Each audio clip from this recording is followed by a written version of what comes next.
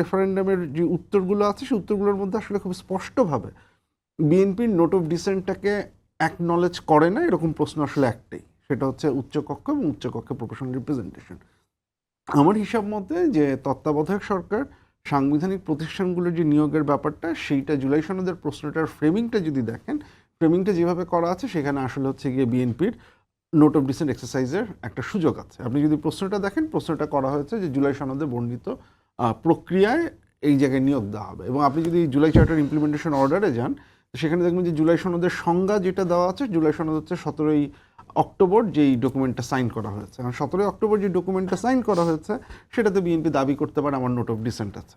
So 1 নম্বর যে প্রশ্নটা ছিল, তার মানে তত্ত্বাবধায়ক সরকার এবং সাংবিধানিক প্রতিষ্ঠানের নিয়োগ, সেখানে খুব সুস্পষ্টভাবে বিএনপির তার নোট অফ ডিসেন্ট অনুযায়ী কাজ করার একটা সুযোগ আছে। 3 এবং 4-এর ক্ষেত্রে তো খুব সুস্পষ্টভাবেই যেগুলো একমত।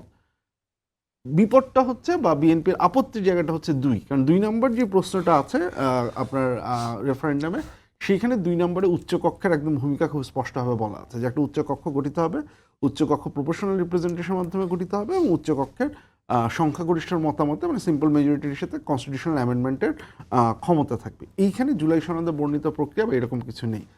যেটা এখনো পর্যন্ত যেটা মনে হচ্ছে যে বিএনপি এটার সাথে একমত না, যদিও পার্সোনালি আমার কাছে মনে হয় যে এই একটা জিনিস যদি এই জায়গাটাতে আলোচনাটা নিয়ে আসা হয়, তাহলে বিএনপির এই বক্তব্যের সাথে একমত হওয়া না হয় এই মুহূর্তে আমি বিএনপির কোনো ধরনের ক্ষতি দেখি না।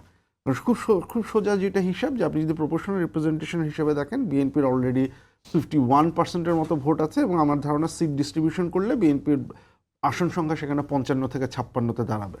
তো কনস্টিটিউশনাল অ্যামেন্ডমেন্টই বলি বা যাই বলি, সেটাতে বিএনপির এখানে ক্ষতি হওয়ার কোনো কারণ নেই। সো আমার কাছে মনে হচ্ছে যে এটা একটা আননেসেসারি একটা জটিলতা তৈরি করার জায়গায় হচ্ছে গিয়ে যাওয়া হচ্ছে, যেটা এই মুহূর্তে যেহেতু আমরা ইকোনমিক বেশ কয়েকটা সংকটের দিকে চলে আছি, প্লাস হচ্ছে বিএনপির একদিক থেকে একটা সুবিধাজনক প্রতিষ্ঠানেও অবস্থানেও বিএনপি আছে বিভিন্ন সোশ্যাল সেফটি নেট প্রোগ্রামগুলোর মাধ্যমে, সেইখানে অদরকারি একটা ঝামেলা তৈরি করার হচ্ছে গিয়ে প্রয়োজন আমি খুব একটা দেখি না। বরং আমার কাছে যেটা মনে হয়, যদি আপার চেম্বারটা আমরা আসলে এস্টাবলিশ করতে পারি প্রপোর্শনাল রিপ্রেজেন্টেশনের মাধ্যমে, ভবিষ্যতে সেটা বিএনপির জন্য সুবিধাজনক একটা পজিশনে দাঁড়াবে। কারণ মানে এটা তো পরিষ্কার যে বিএনপি তো সারা জীবনই প্রত্যেকবার ক্ষমতায় আসবে না, কিন্তু বিএনপির একটা সার্টেন পার্সেন্টেজ যে ভোট আছে সেইটা মোটামুটি শিওর। এবং বিএনপি আমরা হিস্ট্রিক্যালি যদি দেখি, বিএনপির ভোটের পার্সেন্টেজ সর্বনিম্ন ইস্যাতে গেলেও সেইটা যখন বিএনপির শেষবারে যেতে, সেখানেও হচ্ছে গিয়ে 30 বা তারও আরও উপরে। সো একটা নির্দিষ্ট সংখ্যক আসন বিএনপি সবসময় উচ্চকক্ষে পাবে, যেটা বিএনপিকে একটা সার্টেন লেভারেজ দিবে। তো আমার কাছে এই কারণে মনে হয় যে এটা মাচ এডো অ্যাবাউট নাথিং এরকম একটা পর্যায়ে চলে যাচ্ছে।